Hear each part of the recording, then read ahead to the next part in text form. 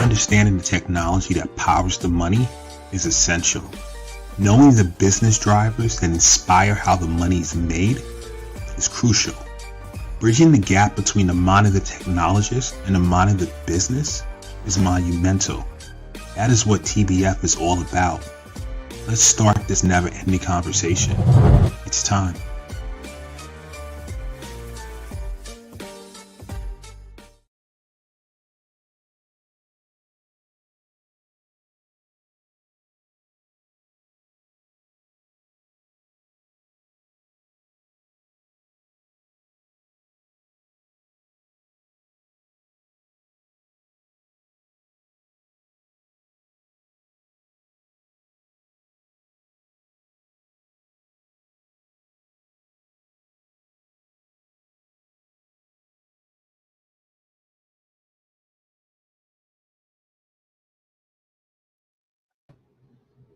Happy Friday. We are back with another episode of the Tech Behind FinTech. I'm your host, Anambio Swagu. Joining me is James Edgar, CISO of Corpay. James, how are you doing today?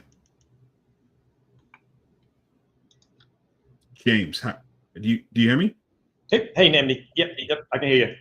All right, cool, man. Great. How are you doing today? Great, and you? I'm doing very, very well. So before we jump into today's topic, which I'm excited to talk about, we just have to do a little bit of housekeeping. We are streaming live from Facebook, LinkedIn, YouTube, but we have a separate stream going from Instagram. If you're on Instagram, go to the techbehindfintech.com and you'll be able to see both James and myself as opposed to looking just at me through my phone. So with that being said, today's topic, I'm extremely excited to jump into it. Today's topic is fake voices, real damage, social engineering in the age of AI. Once again, joining me is James Edgar, CISO at Corpay. Before we jump into the topic, let me introduce my guest formally. I'll read his bio and then we'll jump into it. James Edgar is the SVP and Chief Information Security Officer for Corpay and oversees global information security and IT compliance teams, he oversees the global information security and IT compliance teams, which span 4 continents and multiple business lines. Before joining Corpay, James was the VP of Security Architecture, Risk, and Assurance for U.S. Bank's Payment Processing Division, Elavon. Prior to joining U.S. Bank, James led the Security Architecture and Risk team for Cox Communications, the third largest cable operator in the U.S. James has served on the steering committee for Payment Processors Information Sharing Council, PPISC, participated in the NYSE Cybersecurity Framework, CSF, development workshop, and has been actively involved in the governance, risk, and compliance community in Atlanta. Love the bio. Every time I get a security person, I always love these type of shows. It's my background. I'm also passionate about it. So let's dive into it. I really want to jump into this topic: fake voices, real damage, social engineering. You know what? And always do some background on these types of topics before the interview. And I was reading that 98% of breaches come from social engineering. Yeah, absolutely. If you look at the Verizon data breach, anywhere from 90%, 86, it's the vast majority start with social engineering, which is not surprising, right? If you think about, hey, what is social engineering? It's been around forever, right? You go back to the days of the Greeks and the Trojans and the Troy War, the myth about the Trojan horse. That was all social engineering, right? The Greeks couldn't sack Troy, so they decided, hey, we've been sitting here for years, haven't gotten anywhere. So they one night pack up, go home, right? And leave the Trojan horse sitting right there, right? And in theory, the people in Troy are sitting there going, hey, oh, this is great. We won the war. Hey, let's celebrate. Human nature is, oh, they left us a gift. Let's go ahead and accept it. So it starts there, and it's evolved over time. And you see it in many places, many times through history, how it's evolved. And now we get into where we are from an IT standpoint, where in cybersecurity, it's kind of the foundation of everything that a lot of these attacks are based on. I love that. I love the concept of pre-computer technology, taking it all the way back from that simple concept of, you know what, let's figure out a way to give them something that looks like a great gift, but instead it has a bunch of soldiers with weapons in it to infiltrate this impenetrable city, right? So we have all these impenetrable corporations, well, so-called impenetrable, right? We have we have firewalls, all sorts of security barriers and different things that people will log in, like multi-factor authentication and all this stuff, but still, there's simple ways using the human factor to get inside of these organizations. What are your thoughts on that? 100%. I mean, I go back, we talk about all these different security frameworks we have out here. The NYSE cybersecurity framework, a very popular one. A lot of security firms are built on that, identifying, hey, what are those controls we have to have in place? Identify, protect, detect, respond, recover. But even before that, right, I go back to my days in network engineering. We had that OSI model, right? That open system interconnection model. Hey, you start with the physical layer. Okay, go lock up all your routers, lock up all your servers in a cage or in a data center, all the way up to that layer 7 where you have the application controls in place. Make sure you can prevent SQL injection. You're doing data validation. But we always joked and talked about there's that layer 8, right? It's the human layer. That's the piece that, how do you secure that? There's always going to be that person who wants to click on that link, or they fall into that trap of that pre-texting. So it's all about social engineering. So, hey, you got to have a good security awareness program. But at the end of the day, we're humans. That's how we're designed. And social engineering is designed to take advantage of that, right? Because when we make decisions on things, a lot of it's about the context, right? What is the context of the decision? So if I have my boss comes to me and says, hey, I need that vulnerability report. I want to review it. I'm traveling to the UK next week. I want to review it before I talk to our team over there. Great, I'll have it to you by the end of the day. But if he comes to me and says, I need this in an hour on a board meeting, I need to be able to review it with them. We take them within context. I got to get this done quickly. So that's where these bad actors, right, from a social engineering standpoint, they look at these and try and emulate, hey, how do I get urgency? How do I prey on their emotions? And then they put that into their attacks. And that's how, the human part of this, that layer 8, gets sucked into it and people make the bad decisions. I love that, because we don't really think of that. It's like when you have time, I always say this, right? When we're in the financial sector, and if you look at, any return on investment, most times, right? Time is your greatest asset. Over time, things grow, right? Sometimes when you try to rush and make money quick, you might end up losing everything.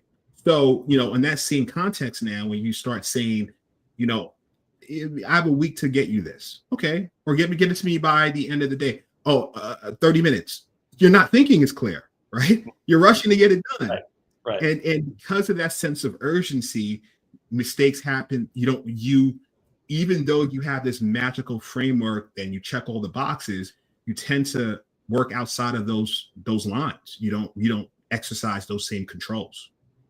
Yeah, 100% right. And the bad actors take advantage of that. You look at some of these recent social engineering attacks that have been out there, and there have been this drummed up urgency or drummed up chaos, right? There's a particular attack that some of these bad actors have been doing where they will find a target at a corporation, a company. They'll figure out, hey, here's what I want to go after. So they're going to inundate them with emails. They're all of a sudden, this person's getting thousands of emails in their inbox. They're panicking because they know they got work to do. Your point, there may be an email in there that spoofs says, hey, I need this report by within an hour. And so they're panicking. So then they reach out, the bad actors who reach out and say, hey, this is IT. We just detected you got a bunch of emails. Hey, we're going to help you fix that. All I need you to do is go to this website and download this software so we can get in your system and clean up your inbox.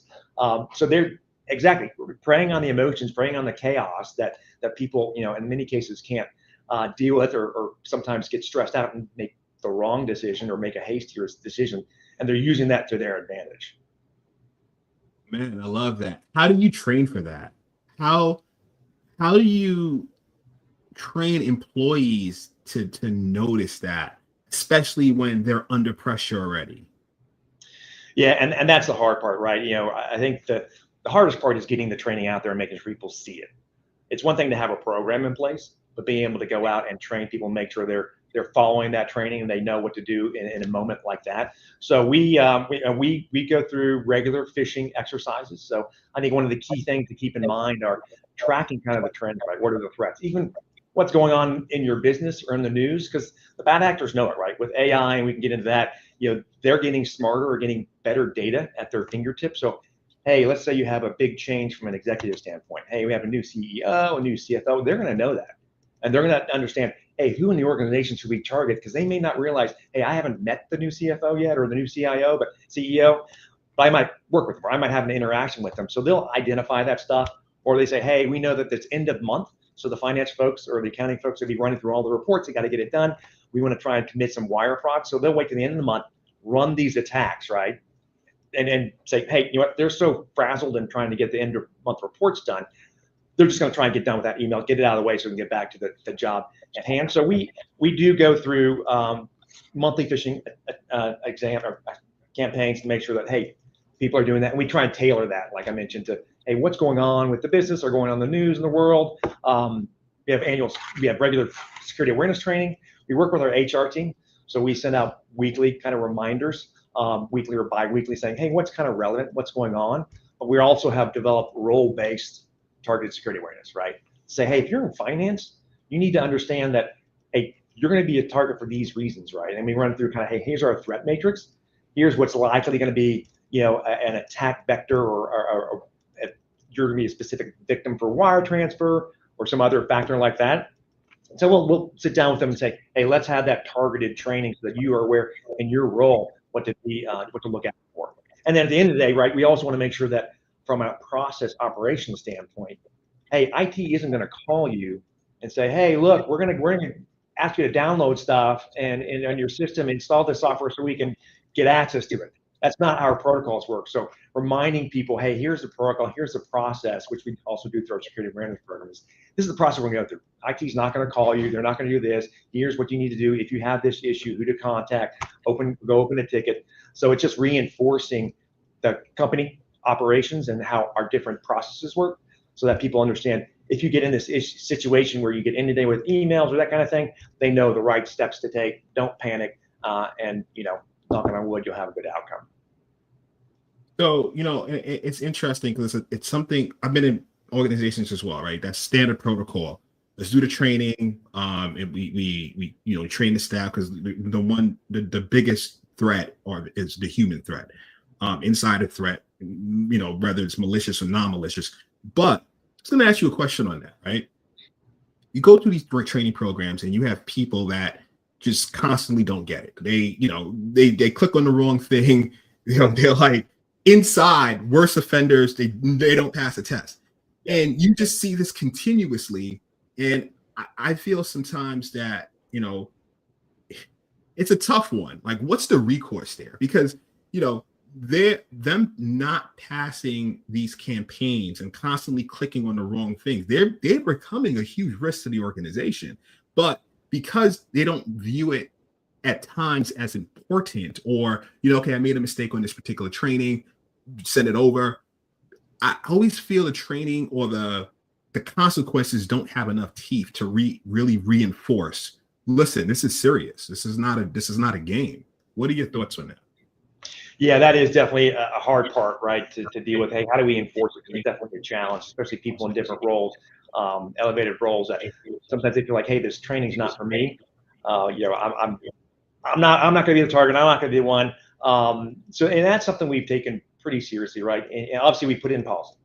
Every single policy we have that we share for our employees, it's out there at the bottom of the policy from an enforcement standpoint. That you're required to follow these policies, adhere to our standards, and any deviation or not an indication that you're not following the policy could lead to potentially termination, right?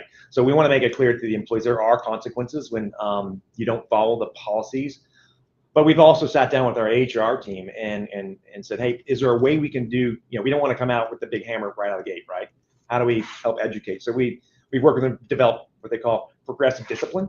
So it's a process to go through. Say, hey, you know what? I messed up once. Hey, we'll reach out to them, security reach out, say, hey, yeah, you shouldn't have clicked on that. Go take this training. Either send them to a video or we'll sit down with them and, hey, a recorded meeting where we went through the whole process. Hey, happens again, it could lead to a write-up, an HR discipline. And a third time could lead to termination depending on how egregious it is, right? So that's something that we've worked with our HR team. Hey, how do we develop something? So there is a little bit more teeth behind the enforcement side of this, because at the end of the day, it is very serious, right? And it only takes one click for your day to turn really bad really quick. I mean, your day, especially being a public company, you have to then announce it. It's extremely could be cost prohibitive to do that. Absolutely. Oh, let me ask you a question, right? Over the years, how have you seen the attack playbook change? When you take it all the way back, like how you started it talking about the Trojan horse, right? So we took it like ancient times. But like over the years, have you seen these different types of attack in terms of the playbook from the attacker changing or the threat actor? Yeah, I mean, the biggest change is the speed, how quickly these attacks are being executed, right? There's always been DDoS, there's always been credential stuffing, to varying degrees and efforts, but now it's a lot quicker.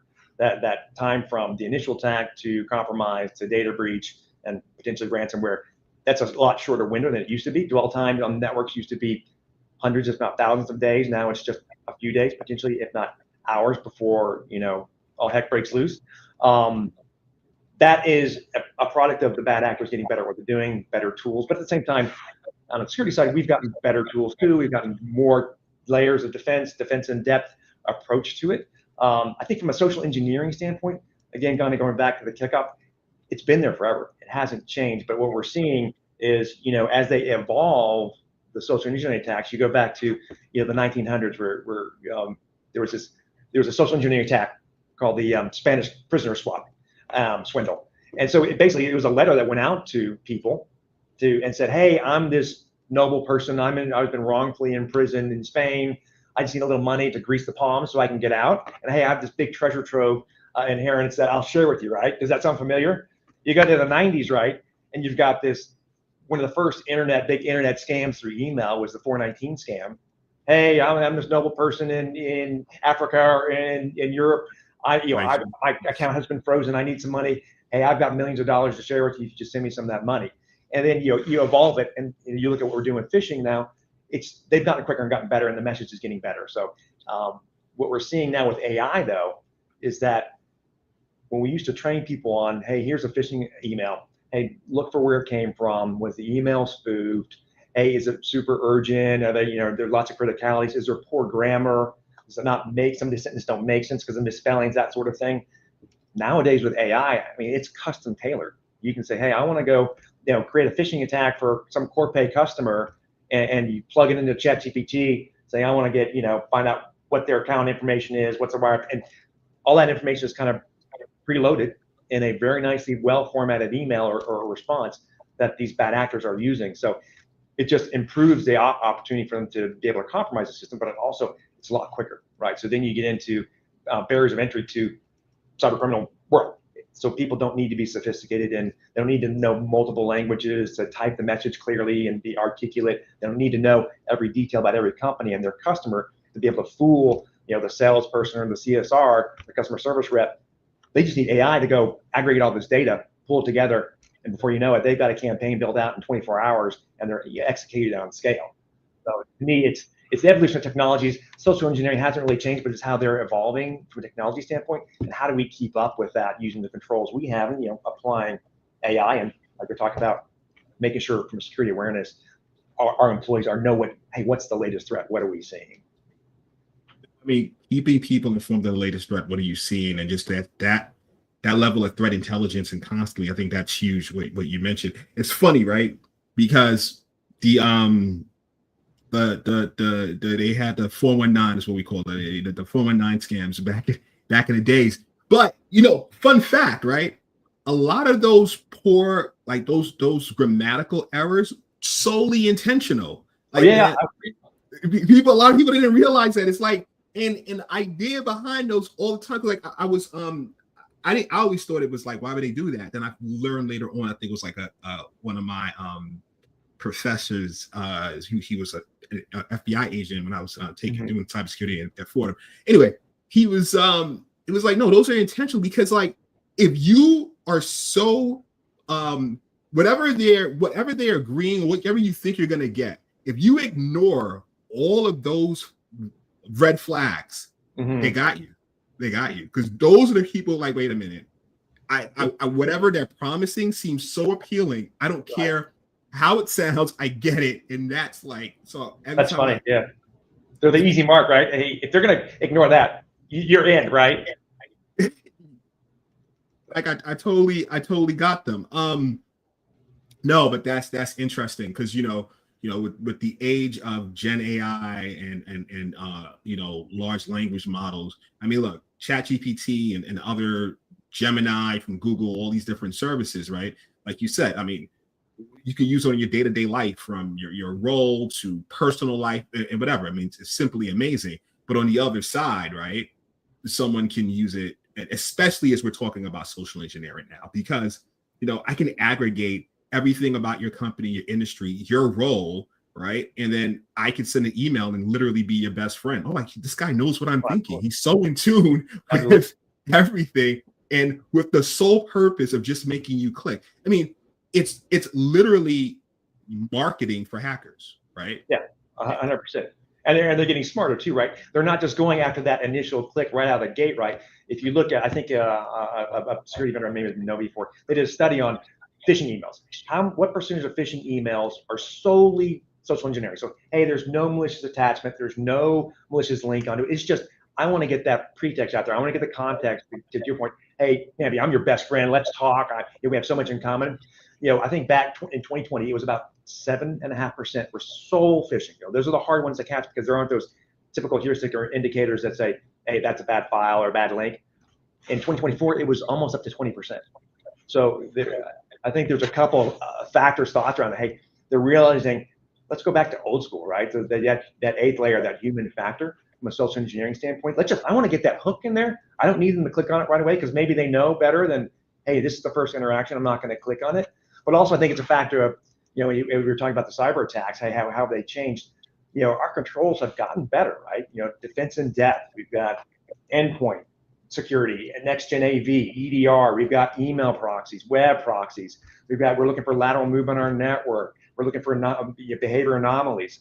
So they're saying, it's getting harder to go through that web, but just blasting out emails with links. Let's try and get some trust there so that we can get past some of these controls and hopefully, get our foot in, and then eventually get them to, hey, now go to this website. Now I've got some trust there, and then boom, from there they've got their input into your network. So. Is a wonderful point, James. I think the audience should really know. I love that point. It's literally what in sales 101, right? Like I can't just approach you and say, listen, I'm this vendor. I have this great security solution. James, buy my product, right? No. Right. Hey, I noticed that you're at Corpay. That's really interesting what you guys are doing there. This is what we're doing. We have similar backgrounds. We attended the same university. Leave it at that. I like to keep in touch on LinkedIn. So over time, right, of this 8 email campaign, we have a relationship now. Now I can say, you know what? Listen, what are some of your pain points? I think I could address that. And what you just described is literally doing the same thing for security. Because if I just send you an email with a link, click on it, you're like, no. Right. Right. Now, I've seen this before. Yeah.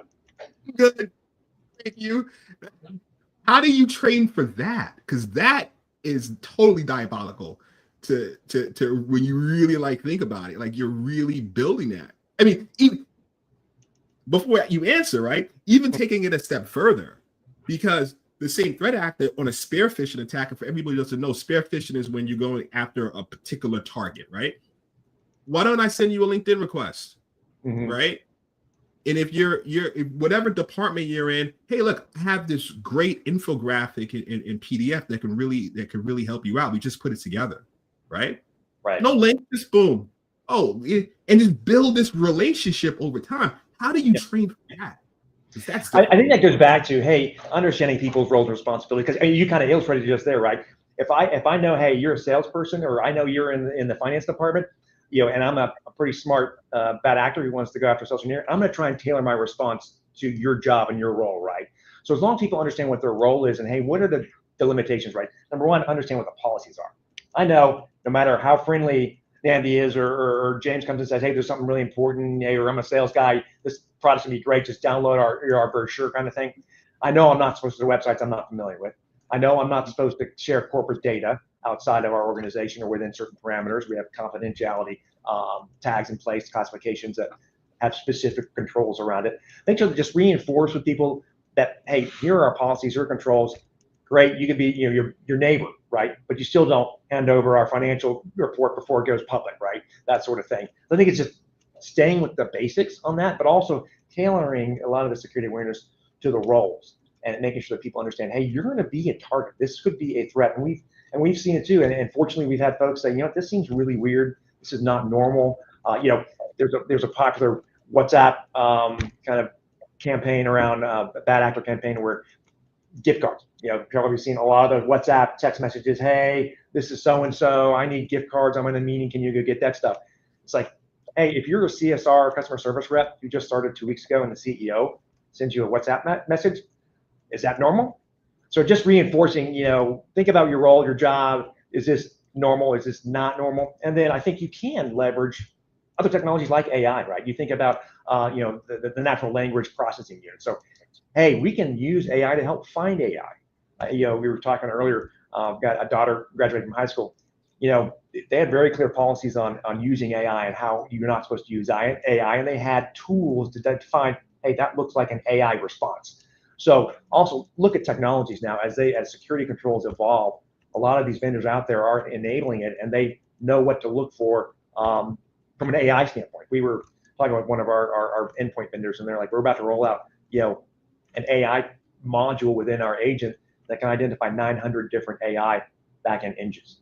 So enabling some of these technologies that do have these AI capabilities in it. So to help not only through educating your employees, but also, hey, we can start getting better at detecting these AI messages that look pretty good, obviously don't have all the normal red flags that we've talked about with the links and the attachments.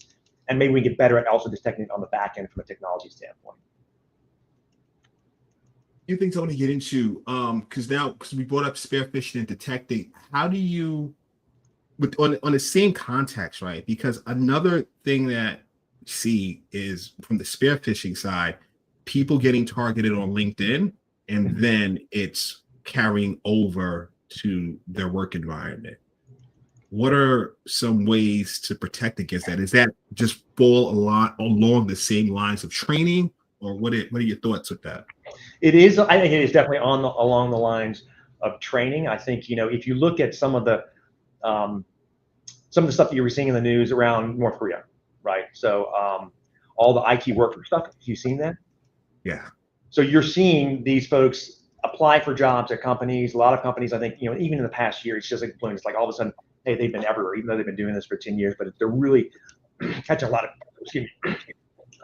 of publicity because you're seeing security firms, you're seeing financial institutions, you're seeing banks, you're seeing governments that are seeing these applications. So what do you do? And to your point with LinkedIn, how do you vet these people, right? I think it's a similar process between, is it a candidate or someone reaching out? Because it could be somebody reaching out saying, hey, I'm looking for a job. I saw you had this job opening. I'm trying to get the inside.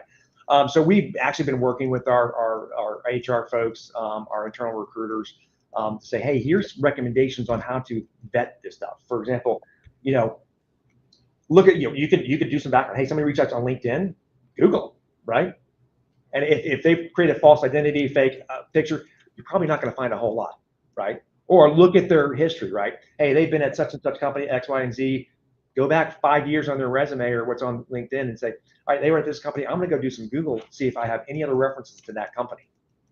And in many cases, because like North Koreans, they're doing this in such huge volumes. They do the surface stuff, but they're not doing the detail stuff. And that's where you can start detecting this and identifying, that doesn't shake out. Their resume doesn't, or their LinkedIn profile doesn't shake out. I've talked to somebody over at this company. They said they worked there 5 years ago, had no clue who this person was, right? So that's kind of the stuff that we're working with our HR folks, and something you can share with, employees, like I said, especially the ones that are most public.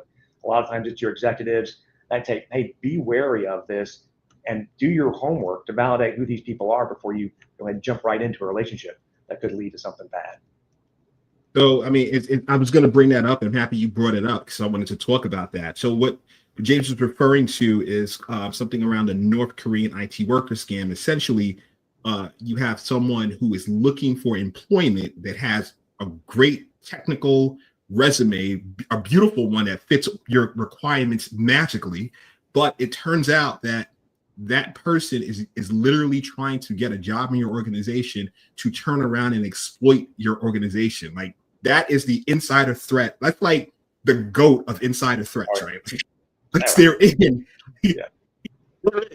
Like, trusting them with the keys to the castle. So, I mean, for it to pull that off, that's like level 1 big boss style. So, knowing that note, and I just want to kind of reiterate like all the different ways, because, you know, in a lot of organizations, you get a referral bonus, right? If you find an IT rock star, right, and you say, listen, we're looking for this role, and I have a friend or whatever, you could have met him yesterday, but listen, if the interviews work out, you're going to get a bonus on that. So that incentivizes the employee. They're thinking they do nothing wrong. They're like, listen, I found this rock star.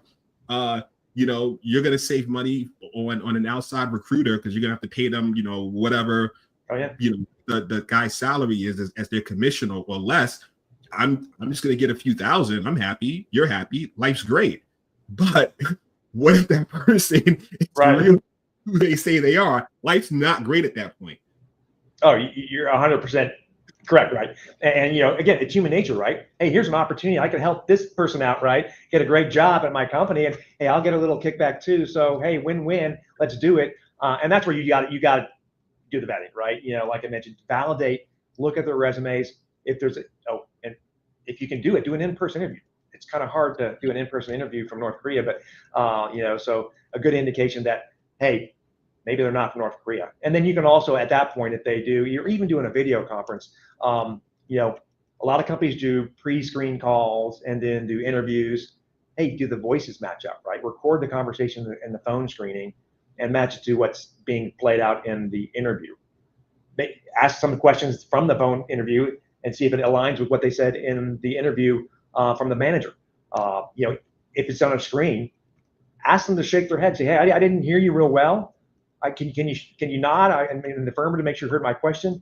And see if, hey, is it AI, right? If you think back to the beginning of the Ukraine-Russia war, there was the disinformation campaign the Russians put out where they had President Zelensky, an AI generated President Zelensky, where they moved his mouth and emulated his voice, but his arms didn't move, nothing else around him moved. So some people fell for it, but it was kind of rudimentary. But that's the kind of stuff where, you know, if as AI advance and people get better, how do we look for tells, or how do we interact with people to a point where you say, hey, just can you wave your hand real quick? Or, you know, hey, how's it going? Thumbs up, and see if they respond. Because it may be just an AI generated. They're just focused on facial features, but they're not thinking about anything around them, or, hey, is the clock behind them hasn't moved in 5 minutes. So that's the kind of stuff you want to help work with our HR folks to help. Hey, how do we identify this stuff and make sure that, you know, we are looking for AI or potential IT workers from North Korea trying to apply for a job. That is wild. Like, we're at that point where like deep fakes are getting that good that you can literally be talking to you know, a bot, right? Like, it's a real human. It's like a total deep fake. We actually had a show on that, and in that show I talked about it was a scam in Asia in which the guys made off of like 25 million. You know, he was asked to, you know, oh, can you move this money? He's thinking he's talking to the CEO and the entire board. Turns out everyone but him, total deep fake. Yeah, absolutely. And in fact, I read about that one too. He started off, he started with a phishing email to kind of do the lure, and he's like, this doesn't seem right. But to your point, then the CFO and other members show up in a call, and at that point, it's hard to say no, right? Hard to say no. Yeah. You know, I totally feel for that guy. But, you know, I don't know, like the behind the scenes, but that definitely sounded like the organization had some inside information. Like, to pull that off, that was not random. That they did their homework. Absolutely, I did their homework. But to your point, you know, with AI, that homework's a lot easier to get done now, right? It doesn't take as long. You don't invest as much time in it, and that's why we've even talked to our finance folks and said, you know, let's go old school again, right? Hey, let's go back to the code words. If I'm going to do a transfer or wire transfer of X number of dollars or more, go sit down with your, you know, face to face with your CFO. Hey, what's the code word? You know, I'm going to ask you for the code word. Hey, we've got a digital key certification. I'm hey, let's validate our keys before we make this transaction. So, you know, you got to be careful. You got to start thinking of other ways to, mitigate the improvements in AI and where we're seeing these things go. Because we don't want to be like that guy in Hong Kong, right? Making that $25 million transfer and going, yeah, I can't cover that. Sorry. You know what? I mean, even with like business, what do they call it? Business compromise emails, or I think that's the term. Is it? Am I business email compromise? Yeah. Yeah. Even I've always it always fascinated me how people are moving millions with a simple phone call, no verification. It's just like, oh yeah, I'm stuck in whatever country X. I need you to transfer these funds, or you get a call from an executive, and it's, oh yeah, just move it. And with maybe because of my background, I'm like, yeah, I mean, I get you have to. That's when somebody's giving you an order, but where are the verification steps? Like there's no verification, and even doing it, not even from a voice, but doing it from like an email with no verification. No, it's a double check. And I've seen that happen quite a few times. Right, and I think it goes back to like what we were talking about earlier. It's the context, right? Hey, this is an unusual context, or this is a context where I'm feeling pressured because the CEO is asking for something. So that immediately we start sweating. We start thinking, oh my gosh, I got to make sure this gets done. And then the next step is, all right, how do I want to, as a human being, right, from an emotional standpoint, I want to make sure my CEO, my CFO, I want to look good, right? I want to make sure I can accomplish this. Hey, this is a weird request. It's going to be a little bit harder for me, maybe out of the norm. And people want to make everybody happy, right? They want to show, hey, I can make this happen. I'll stand up and I'm a doer. I'll get it done. And I think that's where, you have to empower people, right? And we kind of use as a mantra around here. It's like, I'd rather do the right thing and break something than miss the wrong thing and something bad happen, right? Be it, I'd rather upset the CFO for a day because I didn't complete that wire transfer. I want to take that extra step to validate, to give him a call on his cell phone rather than going through a Teams chat or something like that. Then do the opposite, right? Thinking that I'm going to make it great, even though this feels kind of weird.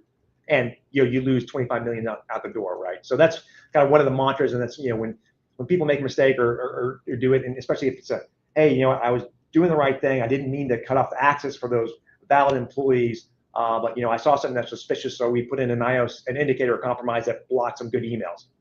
That's okay, right? Yeah, it was convenient. You're gonna have some unhappy people, but I'd rather not do the opposite, where we didn't put the indicator of compromise that blocked this big phishing campaign that was targeting us, and a bunch of emails got through and 5 people clicked on it. So that's kind of that's something we've been trying to instill in the culture standpoint, is like, you're empowered to make that decision as long as you're making what you think is the right decision.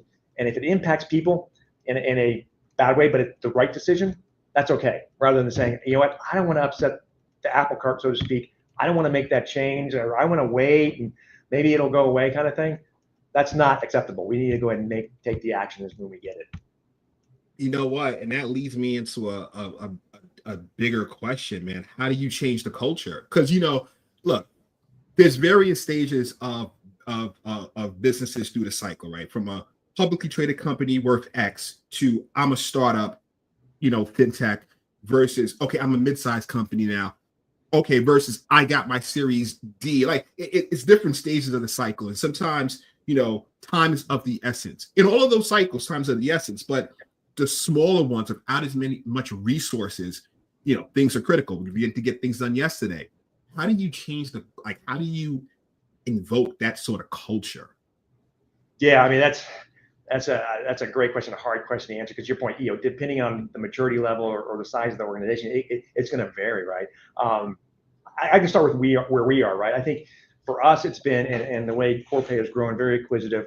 We've grown a ton in the time that I've been here. We started with a very small team, and we've been able to grow into the business, right? So not only do we have a global team that supports all of our global operations, but we're now plugging into, from a business information security officer within some of our operational teams, plugging into LOB. So we're directly part of that culture, and we can help influence that. Not always easy, not always smooth, but it's having a voice and being part of that. And at another level, right? So once you're plugged into the LOB and you're engaging with the different business leaders, it's reinforcing that with those business leaders, saying, hey, here's why AI wow, great. You all see these super opportunities from a business standpoint, fill out these AI chat bots, do this AI analysis on the back end to make recommendations to our customers. But here's the downside of it, right? Here's the bad stuff that we're seeing. And in some cases, you know what? They see it firsthand in some of the attacks that we told them about, and they see it.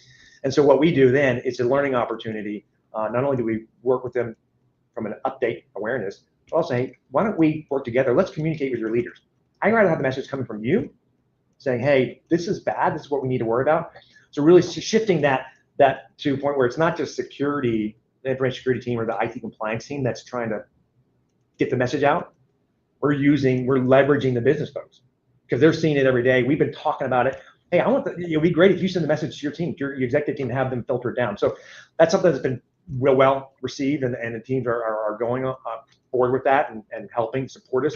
And that's been a big change from when we started a long time ago as a much smaller company. Different LBs were just me kind of going out and telling everybody about it. But now we're getting a lot more engagement at the executive level to communicate that back down. So it's not just us coming out and saying these things. So I think it resonates more, especially on the business side, and it helps shift that culture and change it. And that's one example that we've been doing around here. I think that's absolutely brilliant. You don't see that a lot, and I want to really touch on that because that's the first time I'm hearing of something like that. I know I don't want it to go over everyone's head. Like usually in most situations, right, outside of what James described, those security messages, phishing campaigns, everything comes from the security team. So what you just described is you're partnering with a line of business. You are talking to the top execs in that line of business. You're communicating the criticality of the threat landscape. You're not only getting their buy-in, now you're getting them to actually send out the mission, the emails and the correspondence to their team directly outside of coming from you. Yep, absolutely. It's a work in progress, but I mean, it pays dividends, right? And because of the improvements, right, using air quotes, and how AI and these targeted attacks go, it's just a matter of time, if not already, that they are part of this, right? They're seeing it firsthand, and it really resonates with them. And to your point, yeah, they're happy to partner with us and at least help communicate that. No, and that's why I wanted to, like, when I'm talking to different guests, it's like sometimes they say something and I reiterate it just so the audience can understand how different that is from organizations that I've seen or been a part of. That's brilliant, by the way. Yep. All right, message from our LinkedIn user. Happy Friday and thanks for this information. What's your thoughts on instituting security champions towards educational awareness? I found sometimes that training isn't enough. Yeah, so I think that's a great question, and that's something we have talked about and developing, like centers of excellence or security champions. We have business information security officers within the business, but I think you really have to drive it down, right, to individual groups, functional groups. One thing we do here that our global CIO initiative, which I think is fantastic, and as one of those things that help drive security and get people engaged, is we have what we call top awards, right? So these awards are to recognize people used on a quarterly basis that have excelled in different areas, including security and protection. So it's an opportunity for peers to nominate one another, or for, a lot of times my team will nominate somebody they say they went above and beyond, or to your point, hey, we went to security awareness. They said, hey, I saw this. I just got trained on it yesterday, and this totally popped up. I wanted to alert you all. So it's an opportunity to recognize people for doing good things and being security champions, and it's worked great. And I think people appreciate it because many times we also tell people, hey, security is everybody's job, right? Great. Okay, I'm just gonna add another hat to my head. I gotta do it. But here we're recognizing them, and it usually comes with a nice little award, a little plaque that says, hey, you were Q1 Protect Award winner, and then our global CIO will highlight what they did in our all hands meeting so that everybody sees, hey, what a great job that Bambi did to help protect us from that API attack that we saw the other day, or from that credential stuffing attack. So that definitely helps a lot. And you can absolutely tie it back to security awareness. Hey, highlight here's what we did to train, and here's what we talked about. This is such a bad threat, and it just does resonate with folks, and people do appreciate it. Every quarter we get dozens of recommendations for this award. That's awesome. That's another awesome thing, because these things that you're mentioning, that's the culture change, right? Mm-hmm. That Absolutely. over time, the return on investment on that is huge, right? Because it's one thing to kind of talk about it and say, listen, you've heard this, I've heard this, everyone in the industry who's in security heard this. Security is everybody's job. So saying it, but actually doing certain things to invoke that action, so a whole different thing. Let's we have another question. So LinkedIn user, I don't know your name. It just says LinkedIn user. If you want to drop your name, I'll address you by name. But for right now, you're LinkedIn user. Great insights and full transparency. I'm stealing the layer 8 terms, James. See, you're moving culture. You're moving the culture, man. No copyright or trademark needed. Yeah. Will attribute appropriately, but still stealing it. For all I know, that may be all well-known term, but it's new to me and I love it. I also like the code word idea with the CFO, turning a serious source of risk, humans, to an effective control and mitigate risk. Awesome. Super. That's from Dave Hurley. Dave Hurley, thank you very much. Great stuff. Appreciate the comments and viewing the show. Thanks, Dave. Not part of the show, but I'm going to ask some questions now because we're talking about security. You got me all excited. What, I want to get your thoughts on this, just general thoughts, right? What we saw, right, years ago when like over a decade or so, the cloud was huge. Everybody's moving to the cloud. Let's go to the cloud. Let's get off prem. Let's go to the cloud. Great. Then afterthought. Oh, wait a minute. How do we secure this, right? Yeah. Let's figure it out. Hey, now what we're seeing, right? AI is huge. Everyone wants to be an AI company. If we're not one, we have to introduce AI immediately. We have to say we're doing whatever AI. We have to change our name to whatever .ai. There's talk now. I mean, you hear it. Like, how do we actually secure this stuff? But it's not as, for companies rush, especially in this fintech space, rush into it. That is definitely not the priority. I mean, there are companies that offer solutions. We had a guest on the show talking about ML SecOps and so forth. Did a whole show on it, but it feels like the early days of DevSecOps when we were talking about, you know what, guys, we have to actually start security before you develop. Right. you don't want to wait for production, right? Right. Yeah. What are your thoughts on that? Yeah, no, I mean, I agree. I mean, you think about when ChatGPT first hit the scene, right? It became the most downloaded application ever, right? Like 100 million downloads in like a month or 2 months or something like that. And then, everybody is just talking about, pontificating about, hey, how is this going to impact everything? Hey, some people are doom and gloom. The worst thing is going to happen, versus others like, oh, this is going to be great. We're going to have, machines and robots running around the world in 2 years flat, and we won't have jobs anymore because they're going to be doing it for us the whole time. So, I think you get that right out of the gate, your point, and then it settles down and we kind of get into that normal mode. But I think, the important thing is to look at, hey, how do we take AI and focus on where are the areas that we need to improve on, right? So, we, from a cloud standpoint for, Corpay, we're not heavy cloud, right? We're, I don't want to say, we're a payment processor, go back a couple decades. So a lot of traditional on-prem systems that are that we work with, that we support. But at the end of the day, we're making a lot of acquisitions that are in the cloud. So how can we leverage AI or take technologies that are built for cloud security, cloud visibility, cloud enforcement, remediation, and can you merge that with the AI world, right? So I think for us, it's more of starting with, hey, what are the basics? Do I understand what my assets are, my critical assets are? Do I have visibility into that? Okay, once I have that, do I understand what the risks are? It could be from a vulnerability, it could be from potential exposed S3 bucket or data. Hey, do we have proper access controls in place? So I mean, it's not like we're reinventing the wheel when it comes to how we secure our environments or secure the cloud. And then we say, okay, do we have the right people in place to manage it? Do we have the right expertise? Do we need to update our policies, update our controls?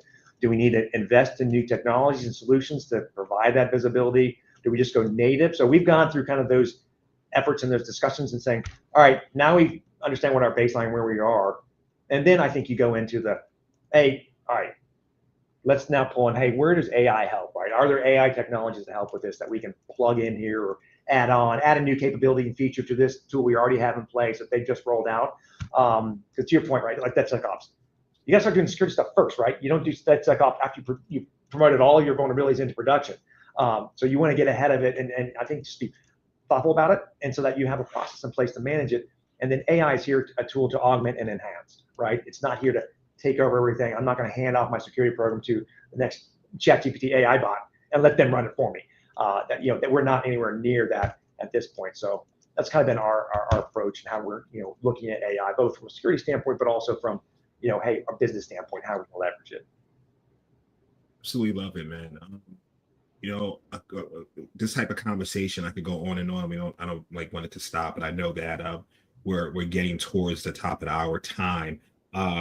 James, brilliant, man. I really love this conversation. I'm going to take a lot of the jewels and put it in my treasure chest and implement it where I need to. So, right. But I definitely like Dave said in the comments, right? I think I like that layer 8 term. I'm gonna and so funny because my networking classes and doing networking OSI, he said it, and I remembered all those words you have to you memorize so you can memorize the whole layer thing, and it brought those memories back to my head when you were talking about the OSI model. So what we do for our guests is I'm gonna go offline and I'm gonna give you time to talk about things you want to talk about. It's Corpay, how people can find you, and so forth. And then when you're done, I'll come back online. Okay, great. Thanks. I appreciate everybody's time. Corpay, we're a payment processor, providing payment services to small, medium, large businesses. Been here a while, so I had a chance to grow with the company, but happy to connect with folks if you have any questions or found this topic to be entertaining. And of course, I want to hear your thoughts too, right? A lot of people out there have a lot of different experiences and have shared that with us. So again, I appreciate everybody joining and appreciate the time. Again, thank you very much, James. You are officially a friend of the show. I like having my friends in my show because when things come up on the news, I might circle back and be like, James, this thing just popped off on security. I want to get your perspective from a CISO perspective of a publicly traded organization. What are your thoughts? So, I really, really thank you for your time today. For all those don't know, what I'm going to do is, as James was talking about Corpay, I'm just going to put their link so it could be part of the show. It's definitely in the show notes, but now I'll put it part of the video so you guys can see it there. Next, if you have not already, go to the Tech Behind FinTech and definitely subscribe to our newsletter so that you can be updated to all the latest in FinTech, as well as all the wonderful guests that we have scheduled. And you'll be part of, you'll keep your fingers on the pulse of what's going on. It's a free newsletter. Just go to Tech Behind FinTech, subscribe. And if you are on our social media channels, definitely subscribe. It helps our numbers so we can keep bringing on great guests. You help in supporting that. Once again, like I always say, whether you're watching this show today live, whether you're going to watch it tomorrow or next year, I thank you for your viewership. Thank you for your support. Thank you for the messages behind the scenes that you guys said, as well as guys who are watching the show live and commenting, like my man Dave Hurley. Appreciate you, man. And with that being said, enjoy the graduation this weekend, James. And congratulations. And to everyone else, enjoy your weekend. Make it awesome. And take care. Cheers. Thanks. Take care. Bye.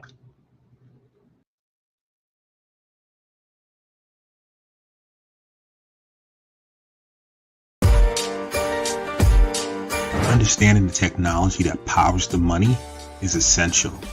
Knowing the business drivers that inspire how the money is made is crucial. Bridging the gap between the mind of the technologist and the mind of the business is monumental. That is what TBF is all about. Let's start this never-ending conversation. It's time.